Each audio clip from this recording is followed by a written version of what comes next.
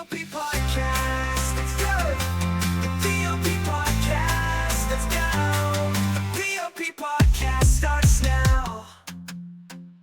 Welcome to a special episodic series of the P.O.P Podcast that we call Brace for Impact, where we uncover the remarkable stories behind the most successful orthodontists in the industry. I'm your host, Jason Sirotin, and as always, I'm joined by my co-host, Scott Haley, and each week we'll sit down with a leading orthodontist to explore their journey to success, the challenges as they faced, the innovations that they set their practices apart, and whether you're an aspiring orthodontist or a seasoned professional or just fascinated by the business of braces, this is the show that will inspire you to think differently about dentistry and beyond. So let's dive into the world of orthodontics and hear the stories of those transforming smiles one patient at a time. Today, we have Dr. Tanner Cook from Harwell Cook Orthodontics in Amarillo, Dalhart, Guymon, Hereford, Pampern, and Perryton, yes, Texas. And you can visit all of these places at harwellandcookortho.com. Dr. Tanner, thanks for being on the show. Yeah, thanks for having me. Man, what a practice. Yes, we have a very rural practice. So our main location is Amarillo. That's kind of the central hub of the Panhandle of Texas. And the rest of those towns are kind of smaller communities scattered around the Panhandle. That's really cool. So go ahead. Yeah, Tanner. So take us from the beginning, because that's always like, where'd you grow up? Tell us a little bit about how you ended up in ortho, how you ended up in Texas, and tell us those early stages of your journey. Yeah, for sure. I am from Oklahoma originally. So I'm from Western Oklahoma, which is not too far away from the Panhandle of Texas. Kind of grew up in a very small kind of rural area. I went to OU for undergrad or Oklahoma. Yeah, I went to OU for undergrad, residency, and dental school, kind of all the way through. And ortho was not really at the front of my mind when I was in college. I originally thought I wanted to go to medical school, and just didn't really like sick people all that much. Right. I love the helping people side of it, but I found myself being drawn more towards, parts of medicine where people were generally a little bit healthier, dermatology or things like that. And realized that, I think dentistry had a lot more to offer as far as being around people that generally kind of wanted the service, but even dentistry at times, can be, kind of just something that people need to have. And I just fell in love with orthodontics. It's just, these people they're happy and they want the service that you have. And it's a great way to, I've always liked kind of working with kids and middle schoolers and things like that. And it was just kind of a perfect fit for my somewhat social, attitude and like working with kids and, helping them be more confident and helping them kind of develop their smiles and stuff. I mean, it was just something that I fell in love with pretty quickly. So, as I was in residency, I was just looking for a job, honestly. And Amarillo is not too far away from where you grew up. It was kind of in the circle of places that I was considering. I called, Dr. Harwell he was practicing with his dad at the time, and, just kind of cold called him. She said, "Hey, I'm looking for a job." And he said that his dad was looking to retire relatively soon. And I joined the practice. His dad retired, and it was me and him. And I've been here. That was 10 years ago. Wow. Yeah. So how far is, I'm going to say Amarillo. Yeah. How far is that from your hometown? It's about 3 hours from where I grew up. Okay. And how big was your circle when you were in residency in terms of? So yeah, I was living in Oklahoma City. So we were looking there. We were looking kind of in the area where I grew up. We were looking in New Mexico and in southern Colorado, and just kind of in the Midwest region. Mm-hmm. And then, tell me a little bit about. So you guys, you found Dr. Harwell's practice, and then tell us about those. And that transition of, a father-son practice, and then you coming in and so maybe talk a little bit. Was your wife good with going to Texas, or were you married at that time? I mean, Yes, that's I was. usually like a negotiating thing for residents. It's like, hey, guess what? We're going to Texas. Yeah, well, my wife's family, my wife grew up in Oklahoma, but her parents had moved to New Mexico, and so at that time, Amarillo was actually quite a bit closer to her family than we were currently living, and so she was actually pretty excited about the idea. We were married, we had 2 kids. My daughter was born about 3 weeks before we moved to Amarillo, so my youngest daughter. So we moved with a baby newborn. That wasn't necessarily the ideal timing, but it worked out great. Yeah, and when I joined the practice, I think Anthony had been working with his dad for about 15 years ish, maybe 20 years, kind of 15 to 20 years. And, that the transition, the timing worked out perfectly for me. His dad was ready to retire. The day I started in the practice was essentially the last day he worked.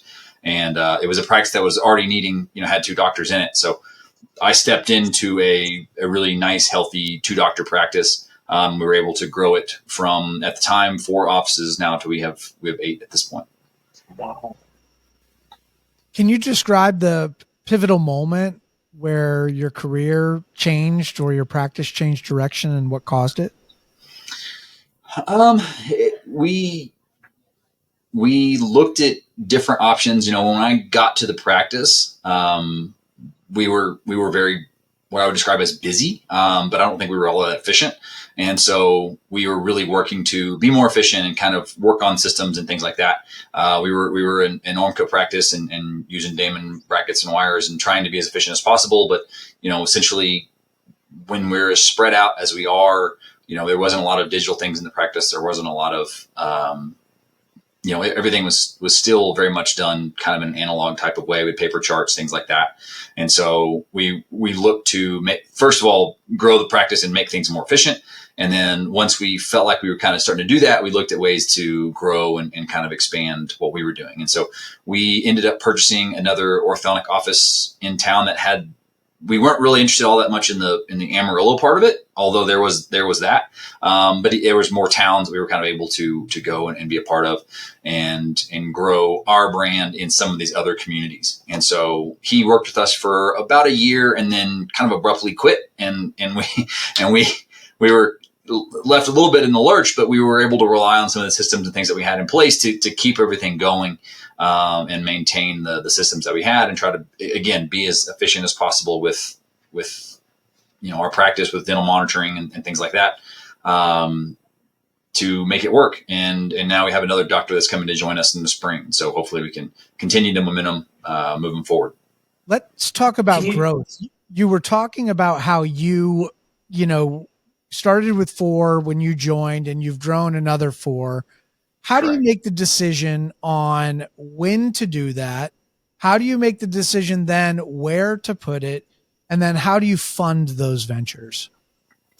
I think that decision is going to be different for everybody. As soon as I got here, it was a discussion we're having. We're like, okay, what's next? And we were both, that's one thing nice about having a partner is you don't feel like you're just kind of lobbing ideas out into space, hoping that it works out. We're actually kind of able to bounce back and forth off each other. Where do we feel like we are with this practice? And so initially we thought, well, there's meat on the bone here where we are. We wanted to grow the practice where we were, in the locations that we were in. And we felt like we did that pretty efficiently and reached kind of a plateau. Part of the plateau was these are small communities that, that just don't have a lot of people. I don't feel like some of these smaller towns, I think we were just serving the entirety of that population. And so to grow it, it felt like it was like, okay, well, what are the options that we have in some of these rural areas? It's like, well, we can add in different places. And we had systems in place that made that somewhat efficient. Our entire team lives in Amarillo. We've got a big van. We load everybody up and we go to those communities. And so we can tell patients confidently, like the service that you receive in Perryton is the same service you'd receive in Amarillo. It's the same staff, it's the same team. It's not some travel in doctor. Like it's me and Dr. Harwell, right? Like we are the ones taking care of it. It's the same, if you have an issue, you call someone on the phone, we are that team. We're doing starts, we're doing D-bands, we're doing all adjustments in those locations, trying to be as convenient as possible for those people. We don't want them to feel like, we're just there to take their money that one day. We're there to truly give their entire orthodontic treatment the best service we possibly can in those communities. And we're driving a lot of times 2 hours away from Amarillo to service these communities. Does that mean that you kind of are at a limit? Like how many could you add on and keep that up with all of the travel and your limited availability at that point? So we're kind of back where we were when I started, right? Like we're back to the point to where we're now limited by just genuinely doctor days, right? Like we can only be in these communities. Some of them are only in 1 day a month. And if I could physically be there more, I think we could be more, we could produce more, we could be more productive there. And so that's part of the plan with bringing someone else in is get back to the point to where we feel like we're fully servicing those communities. Because sometimes appointments can be difficult, right, in some of those offices. And so they've got to go to either another location or come to Amarillo, which works, but it feels like we're stretched a little thinner than we want to be. And so we want to get back to the point to where we feel like, okay, now we've serviced this community as best we possibly can. We are taking care of those patients. Appointments are available. We can get back now to how can we continue growing this once we get a third doctor in here to be as efficient as possible and as productive as possible in those locations. I love what you talked about here, which is like you have limitations on your practice because there's only so much doctor time, right? There's one aspect there. Sometimes you're limited because you have space constraints or you only have so many chairs, right? The schedule can only allow. But you said something interesting at the beginning, and it's always if you think about the industry and what we do, it's a lot of times around like, how do you make your practice more efficient? So, and the efficiencies and all those things. So when you came in, how did you guys look at, how did you prioritize what were the things that were going to allow you guys to be able to drive capacity in your current footprints? And how did you prioritize it? How do you decide like, hey, this is the avenue we're going to go first? And then when you look back on it, were there certain things that were rabbit holes that probably didn't produce as much? Yeah, of course. Yeah, no, that definitely happens. For me, the first step was, I came and joined this practice like I said, it was a practice that at that point really needed 2 doctors. And I was a new grad that was pretty green and was like, kind of not necessarily thrown in the deep end, but a little bit, right? Like, so the first year or two was pretty much, I felt like I was getting my feet under me and getting to where I could see patients throughout the day and work a full clinic day, like what my now partner was doing. And so that, the first step was just getting up to speed.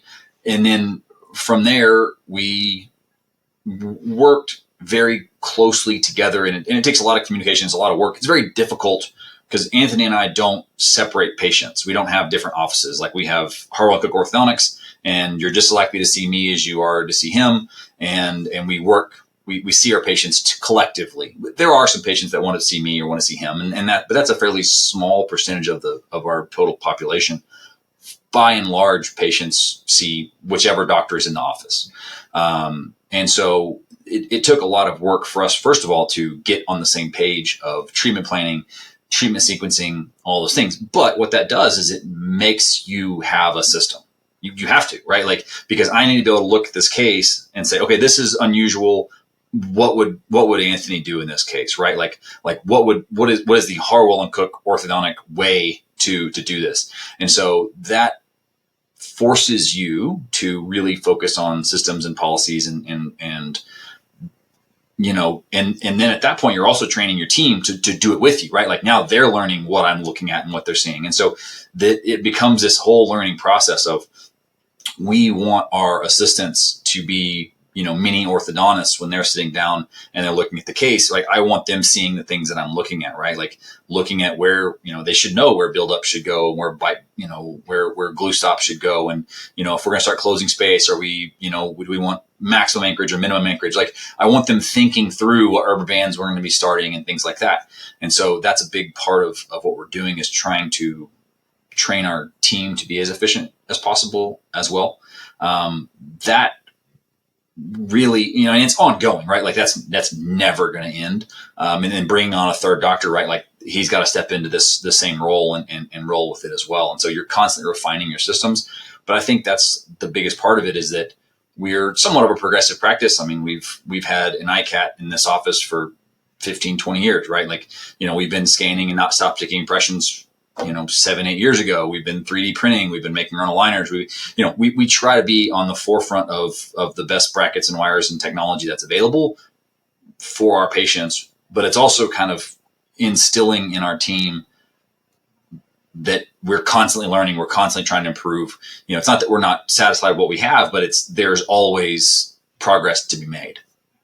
That's interesting. I'll turn the next question over to Jason, but I want to ask you though, it's so often, over the last 10 years, right? Like scanners, in-office printing, dental monitoring, right? All those things are great, but it really just comes back to blocking and tackling, like the things you were talking about. Right? Absolutely.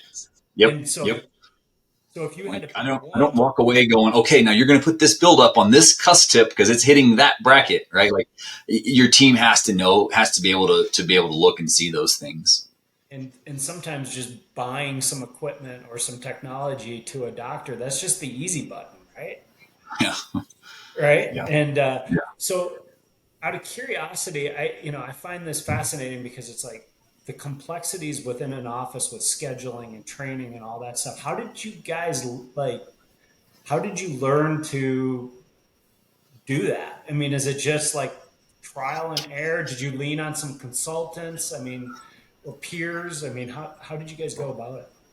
Yeah, all of the above. I mean, we've had consultants come in and do things, and sometimes they'll come in and you learn just as much what not to do as what to do, right? Like we've had some really great people come into our office and teach us. We've talked to, Panici and her course for TCs, and we looked at the Scheduling Institute for the front desk, and we've looked at, the new patient group with marketing stuff, and we looked at, Kaleidoscope, and I mean, I could name 5 or 6 more different people we've had in our office specifically to help us work on systems and things to make us better. And we just take bits and pieces of it and kind of find what works. Not everything's going to work for everyone.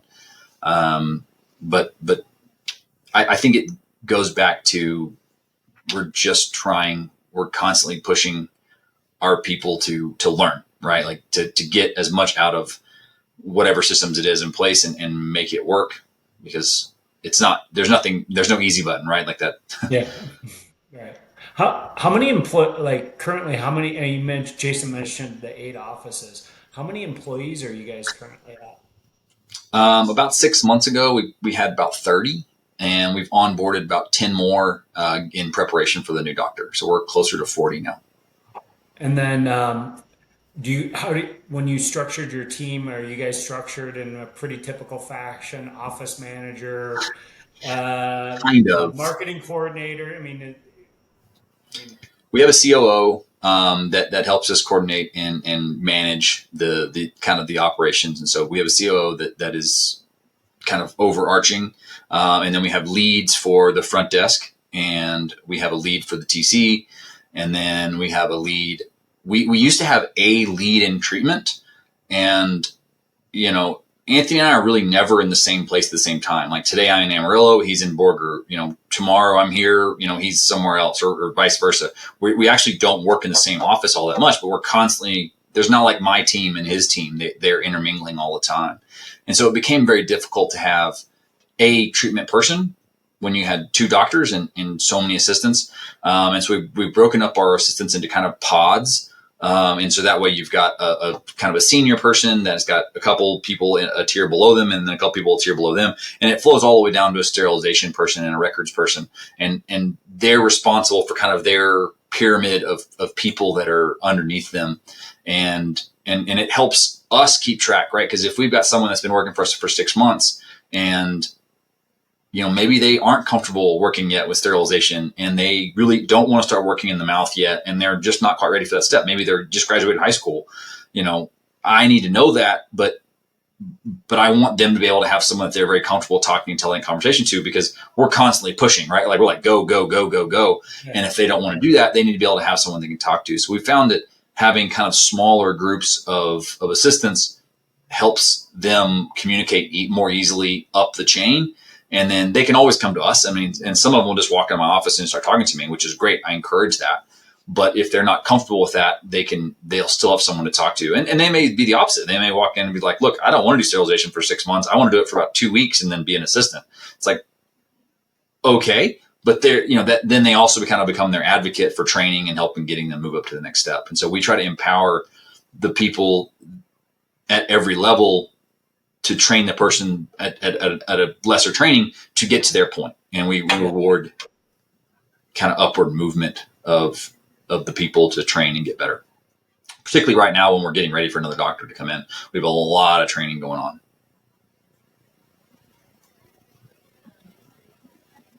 What are some of the key strategies you guys use to differentiate your practice from the competitors? Right now, orthodontics is becoming more and more competitive. How are you guys dealing with that?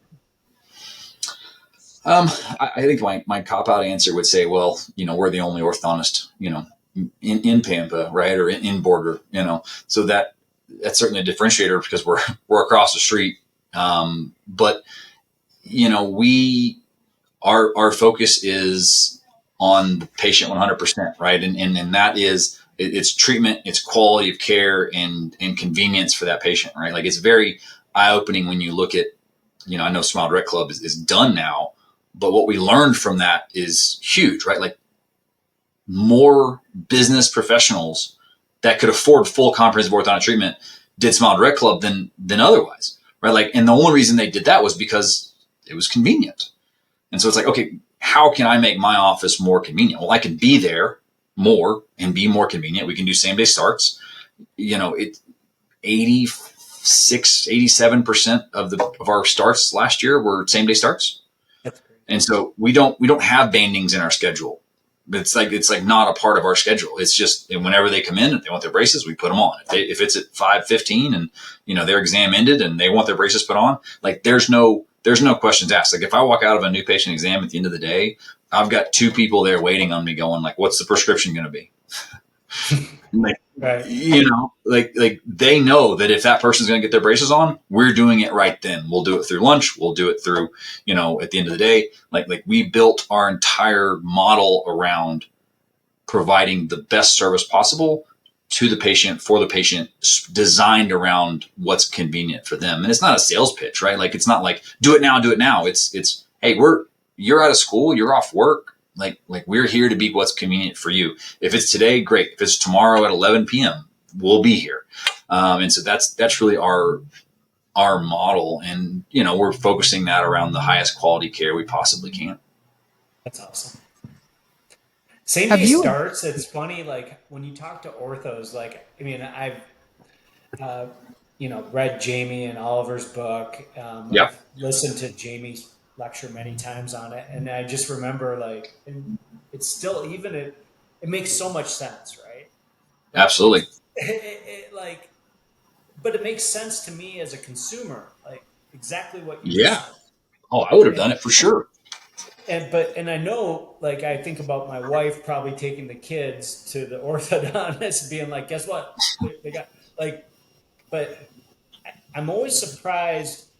I'm sure you've talked to some peers over the years that are just like, I couldn't do that in my practice, right? Oh, yeah. Absolutely. What do you think's holding them back?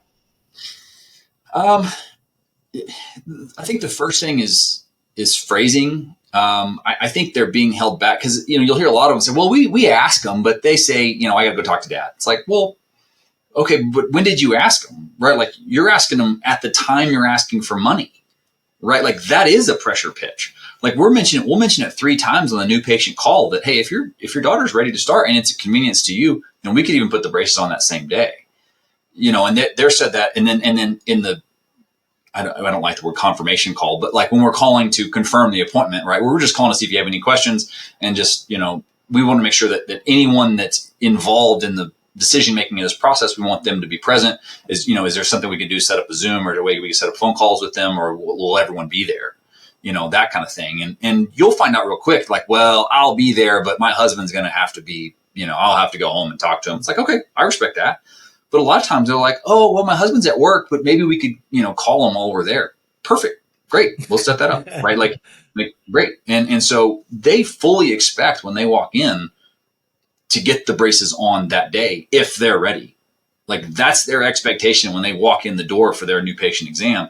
If they're not ready, they need dental work, or they're too young, or they're not, not eligible for treatment, whatever it may be, fine. We can always refer or put on a growth monitoring program. But when they walk in the door, if I'm talking to someone and I tell it, because I'll say that in my exam, like, oh, and by the way, you're ready. The next step is just putting your braces on. You're ready to go. We can get these on today for you if that's convenience for you. If they look at me with shock and surprise, like I'm looking, who took that phone call? Where, phone call, like it's immediately like no. Like that's not like that is not a surprise. Like you should have heard this 5-6 times by now. So I think the first thing is people aren't setting patients up to make that decision, right? Like they aren't mentally prepared to walk in and make that decision. I think that's the biggest holdback, because if you're offering it to people genuinely and they know it's coming or it could be coming, it is the most convenient option for them. And it's a great way to get information, right? Like, well, that they already have another opinion set up and they're not going to start with you today because they're going down the road, next week. It's like, well, cool. Well, better bring your A game, right? Like, and it's fun when those patients can't. And then they start with you that day. But, we started with a bonus for the same day start. And every time, you put someone in a chair that starts that day, we threw in a bonus and, put money in a hat, and we draw names and or at the end of the month or whatever the bonuses may be. We quit doing all that. I mean, it's at this point, it's just the expectation. There's no other expectation. They're put on the board and they're the next patient grabbed on and thrown into the rest of the clinic. Well, a plug for the idea of same day starts. If you're not doing it, it's something that you should take some time to look into. I mean, to me, I always feel like when I talk to doctors, that might be one of the handful of things that they don't feel like they could afford to give up in their practice. Oh yeah, no, it not for us for sure, especially being remote as we are. I mean, I may be in Perryton and the next time I'm there is next month. I have to have it available. I have to have it ready. What are some mistakes you made along the way, and what did you learn from them? Yeah, cut open a vein, Tanner. Like, yeah. I mean, to me, the biggest mistakes I look back on my practice are it goes back to the partnership side of it and trying to do things that weren't fully discussed in the partnership aspect of it, right? Like, hey, I want to change something to how I'm practicing, and I'm just going to go change it because, I want to try something new. And then all of a sudden, I've got to, Anthony's looking at this going like, what's going on here? Like, this is different than anything I've ever done. And I was like, oh yeah, by the way, I forgot to mention it. It's things like that where I was kind of working on the fly and not really properly communicating stuff. And so all the errors that I could think back to really ultimately fall back on communication, either from me or to me, where I wasn't, listening well enough. Everyone has gadgets and trinkets that they bought and that live in drawers. But the biggest things, the errors that we've made it's probably for me not reaching out soon enough, right? Like I have a tendency to just plow on and figure it out on my own. And I don't tend to ask for help as often and quickly as I should. And every time something is screwed up, it's always like, yeah, I probably should have done better with that. This is things we learn about ourselves along the way, right? Like, it's easy to learn how selfish you are once you have a wife and kids, right? You're like, oh, yeah, that changes your priorities a little bit. Having a partner is the same way. How do you set and achieve long-term goals for your practice? Do you have like a strategy or methodology? We do. I mean, so we do use, like OrthoFi and things like that to track our numbers. Have forever. Anthony and Jamie are good friends, and they, it was one of the first practices there. They were on, using OrthoFi in 2013, 14. So over 10 years now. And so numbers is always something that's resonated with me and Anthony as well. And so we track that stuff very closely. We set goals very closely. We set bonuses. We set, we track everything, new patient calls, no show rates, exams, starts, conversion rates, when did they convert, right away or after a month or after 90 days. We look at that per TC, per doctor, per office. It's staggering when we look at it. And when you have, as the locations that we have, we set goals. It's monthly is hard. And so we set goals quarterly because it tends to round things out a little bit more. And that's what we're doing currently is setting goals. And so whenever we knew that we were losing, we had a third doctor for just kind of a brief period of time. And when that went away, it was kind of like, oh, we need that now, and so it's like we had goals kind of set in place, and it took longer than we thought it was going to get another doctor in and get them started. Not necessarily because the practice wasn't ready, but just it's sometimes can be hard to recruit someone to Amarillo.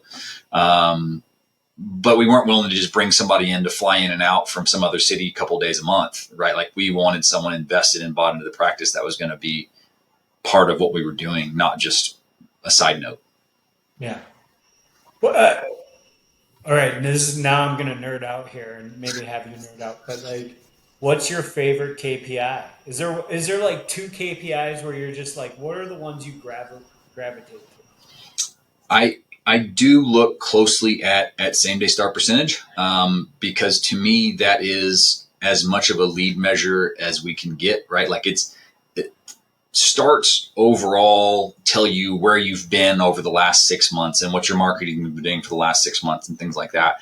But a same day start is how well are you doing all those things in the moment, right? Because if that dips, right, like something's not happening right at the front desk, something's not happening right, like they're not showing up for their appointments, we're not communicating well enough in our exams. It's a little bit more of live information, and so I do look at a same day start percentage as well as overall starts, right? But what percentage of those are people starting today? Because if that number starts to drop, it tells me something's missing with our customer service right now.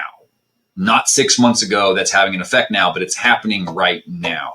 And so it seems to be a little bit more live information. I also looking at same thing like no-show rate of a new patient exam. If that starts to dip, that's something, if your patients aren't showing up for their exams, your front desk is doing something wrong right now, and not 6 months ago. And so those are the things I tend to watch really closely, is stuff that in my mind are being affected by the actions that our team has this week, this month, not 6 months, obviously we're looking at production and collections and things like that, but that's a collection of a very long period of time. And can be a very difficult, ship to steer, day to day. But I tend to find that some of those more, what I consider lead metrics to be more impactful day to day. How do you approach pricing?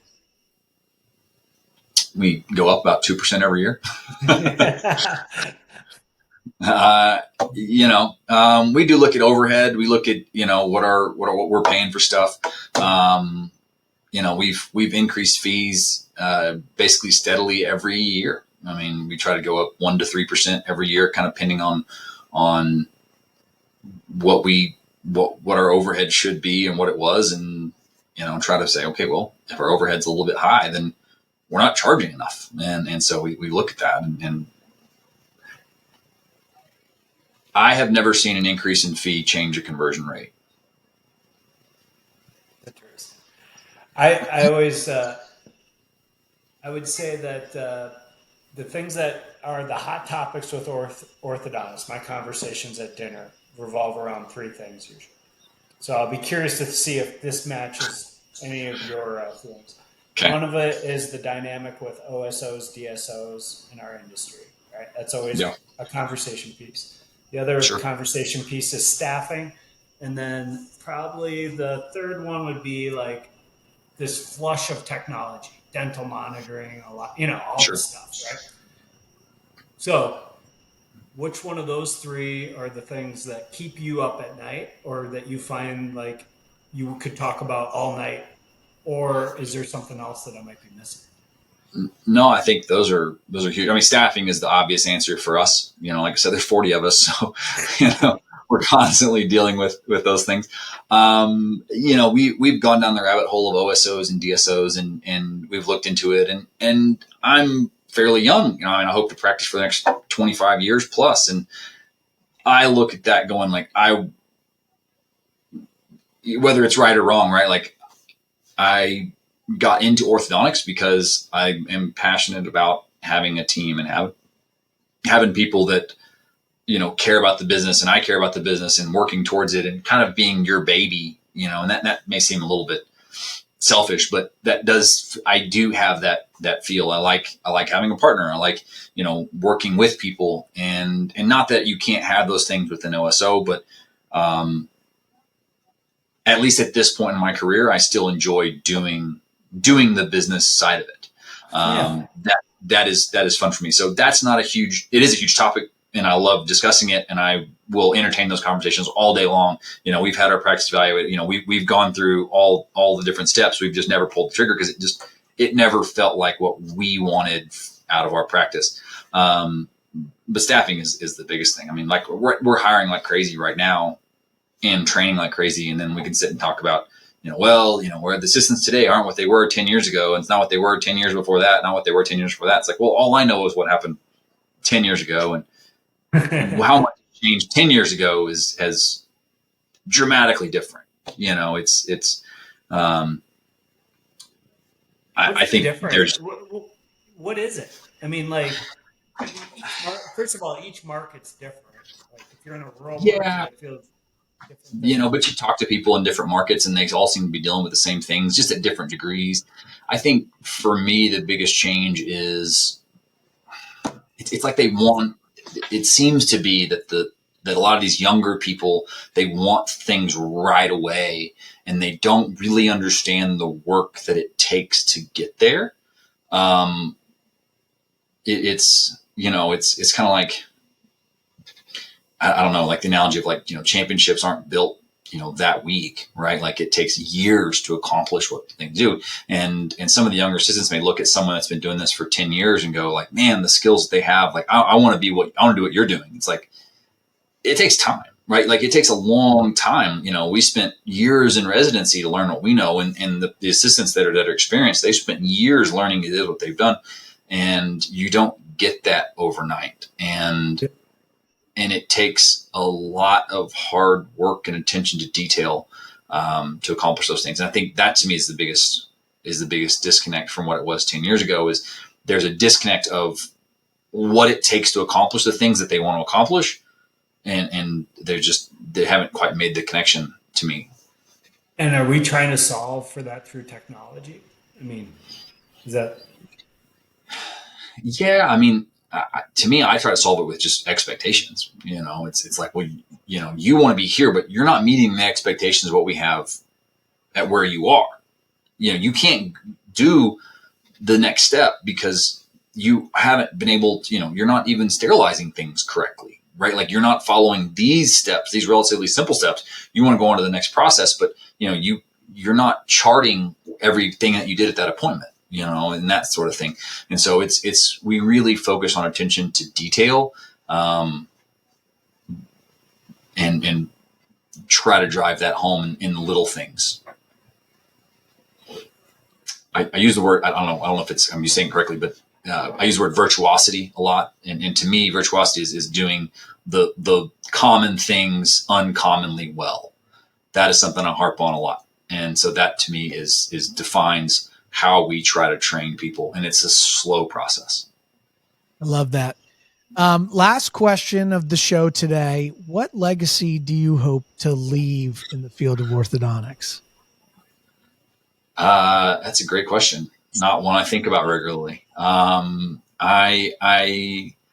care about people. Nothing makes me happier than, and it's cool because I'm in a third generation practice, right? So like I'm with Anthony, who's with his dad, and all the patients come in and be like, Harwell Senior treated me when I was in the 4th grade, and this is my granddaughter, and I'm like, that is so cool. Like that is so cool to me.